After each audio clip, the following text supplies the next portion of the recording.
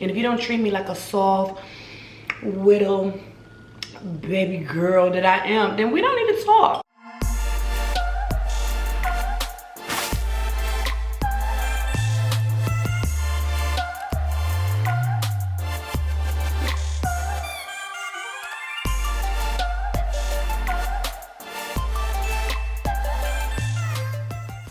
Hey guys, welcome back to my YouTube channel. It's your girl Dyme, and we what? Shauna Brooks' voice. We back at it again. If this is your first time here, welcome. Come on in and grab a seat. However, if you are a certified babe, aka someone who has already subscribed, then you already know what's what because you're already gang. In order to become a babe and a certified babe and somebody who's a part of the Babe gang, you must first subscribe. So make sure you do that before you leave this video. Because yeah, so we're talking about soft life only, you know, main character energy in this video today. And I am eating breakfast, so this will be sort of like a little chit chat mukbang thingy majiggy. It's not very much food because it's breakfast, but yeah. So got a little eggs and a little toast. Still haven't had coffee for today, but I'm on my way to it. The soft life. A life of ease, peace, comfort, and intentional happiness. It does not require struggle, love, stress, and distress. It consists of mutual relationships, clarity, and self-care. Soft life. So what I'm gonna be doing in this video is sharing with you things that I'm doing to create my own version of a soft life. Create my version of the soft life, because we're chit-chatting. So the first thing I will say that I've been doing to engineer and create this soft life for myself would be positive self-talk. I feel like that's where I start with a lot of the time. Positive self-talk has really been working for me in terms of just turning my whole mindset around about how I handle myself. Like, I know that I'm very, well, okay, so I grew up like in the city, in the hood, and we roast each other a lot. Like when you growing up, you like roast each other, you joning, whatever, that's what we call it in DC. You know, and you are rougher. And I know, like, for me, you would hear a lot of, you're dumb ass, you're stupid ass, slim retarded, you dumb as shit, you ugly, you embarrassing, like stuff like that. You say that in jest, but at the end of the day, your body don't really know the difference between what's real and what's fake. Only you know the difference between what's real and what's fake. So I've noticed that positive self-talk has helped me to be a lot more gentle with myself. Instead of when I make a mistake, I'm like, oh my God, you are so fucking dumb. Like, you are so stupid. Like, instead of saying things like that, reminiscent of that, similar to that, I'm like, Diamond, you're not paying attention. Diamond, you need to do a little bit better at being aware. You know, if I need to snap out of something, or I need to become, you know, more in tune with what's going on, instead of just flat out talking to myself mean.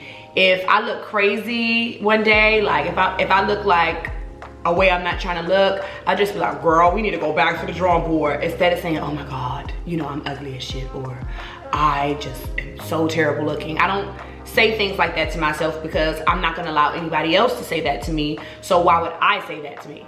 You feel me? It's like I'm setting the tone for the soft life from others because I'm setting it with me. So I'm a little softer with myself, and in turn, my life has started to seem a bit softer. Instead of rough and on guard and rugged, it's more feminine now, I'm realizing. Yeah.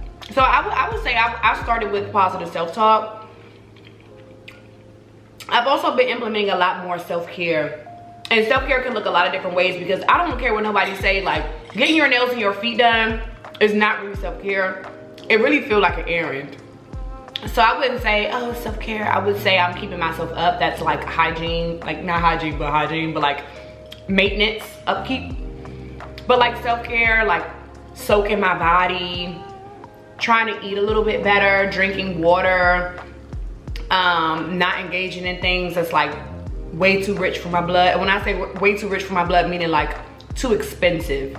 Not just monetarily, but like emotionally expensive, mentally expensive. If it's just too crazy, I'm like, nah, because if it goes wrong, I'm not gonna be able to live the way I need to live. I'm not gonna be able to think like I need to think, so I can't involve myself in that. So I think that also has helped me with living a softer life, because if I'm making educated risks, if I'm doing things or engaging in things that make more sense and align with the intentionality of what I have going on, then I don't feel like I necessarily have to protect it, or I have to get rough about it, or I gotta get crazy about it. I've also been doing things like taking baths, soaking my body, eating better,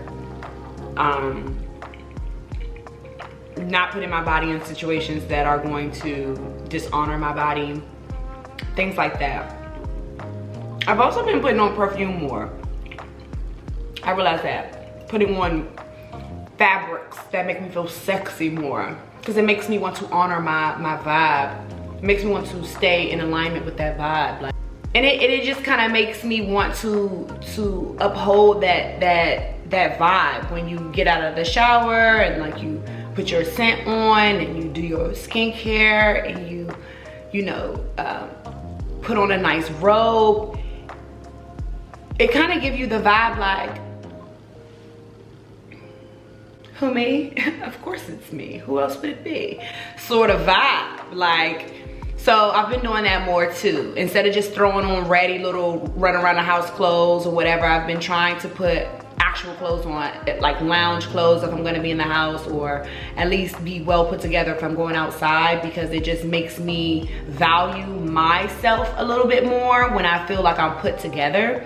So I feel like I've also been doing that in terms of like engineering my soft life, because I think that while ease and comfortability and, you know, all the rest of those things add to the soft life, a lot of feeling soft and being soft is about understanding that you don't have to fuss, fight, argue, push through, bust through in order to have your way. And something that I'm learning for me is that when I'm able to feel soft and feel more feminine and feel more relaxed about my femininity, I don't feel like I have to make it a point to let people know where they had me messed up at or what's not gonna happen. I'm just able to kind of bring that aura with me that this girl values herself, and I probably don't want to bother her with anything that is not of high value.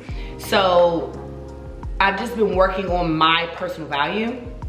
Like, I've been working on making sure I'm valuing me, because boundaries and value is not about everybody else. It's about you and how you view that and what you feel like the values and the boundaries are.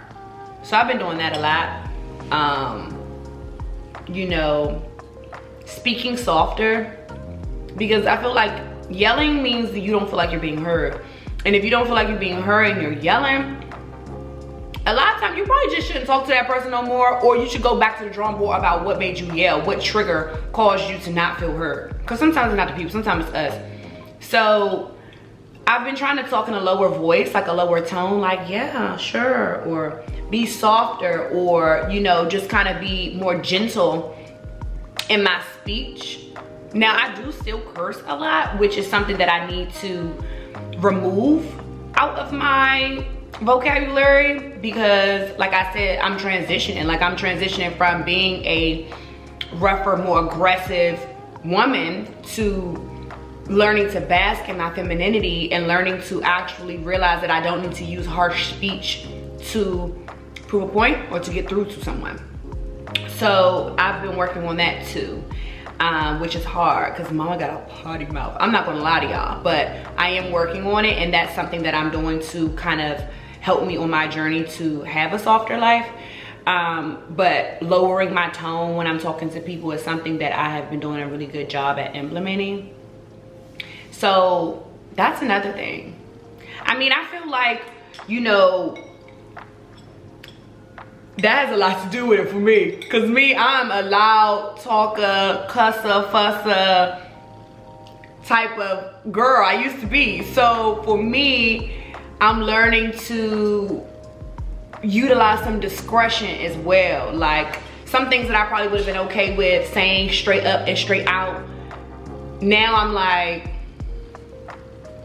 girl, everybody don't need to know that. Like now I'm in that space, but I think that comes with age too. Cause when I was younger, I really didn't care about those things. Like, I don't care who know it, I don't care. Now I'm like, we need to know that sort of thing. And I think sometimes discretion comes with age. I know for a fact it do. But I don't think I'm ever gonna be one of those girls that's like, that skirt too short, this, that. I'm not ever gonna do that because I still value sex appeal very highly. But as far as like utilizing discretion, I think that you get a better handle on that as you get older. And I think that that also aids you in living a softer life. Because what people don't know about you, they can't use against you.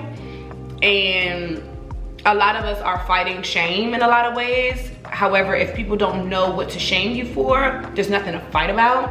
And so that kind of like helps things to be a little bit more comfortable, and it provides your life a little bit more ease because you don't have to constantly put out a PSA for everything that you do, say, feel. Another thing that I've been doing to aid in my soft life is just not allowing people in my life that make me feel like I want to fight.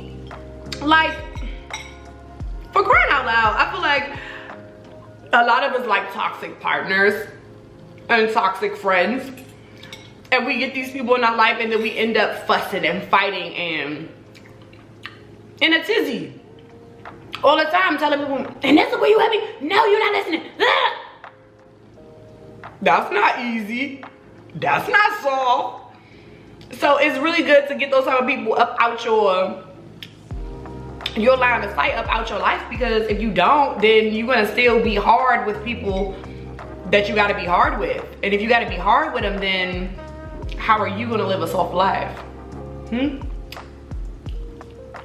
How you gonna do it, sis?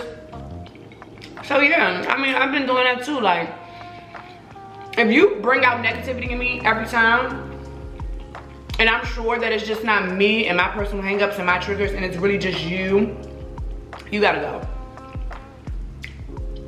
You gotta go. Because I'm here to be soft. And if you don't treat me like a soft, little baby girl that I am, then we don't need to talk. You know, friends, man, whomever. Because you can't have any reservations about protecting yourself. You have to be radical about protecting your space and your life and the vision for your life. So you can't be holding on and hoarding people that really don't mesh with the life you're trying to live in the place you're trying to go, okay? Or the emotional environment that you're trying to live in. And that leads me to my next thing. I like to be around people who cultivate a space for me to be my softest self, and I don't feel like I'm on guard and I gotta protect myself, you know? So I feel like you are more prone to thriving when you don't feel like you have to survive. When you don't feel like I have to do this in order to get this, or I have to do this to be okay. When you are in safe places, boom. I like to be around people who provide safe spaces for me. And I provide safe spaces for me. So I feel like that also helps me to live a softer life because I'm not on defense. I don't feel like I'm in survival mode. I feel like I am safe to thrive here. And that helps me to be more feminine because I don't feel like I have to be manly or masculine. Because I feel like a lot of women, like our masculine side comes out when we don't feel safe.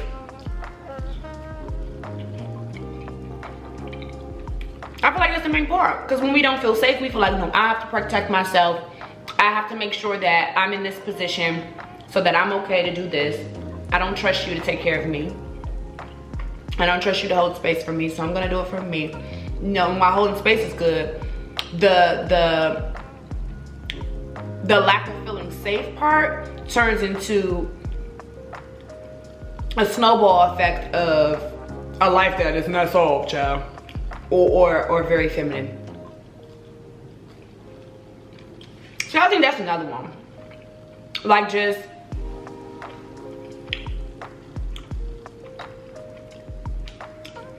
thriving in safe spaces, like, and being self-aware so that I know when a space ain't safe for me. I've been on that too.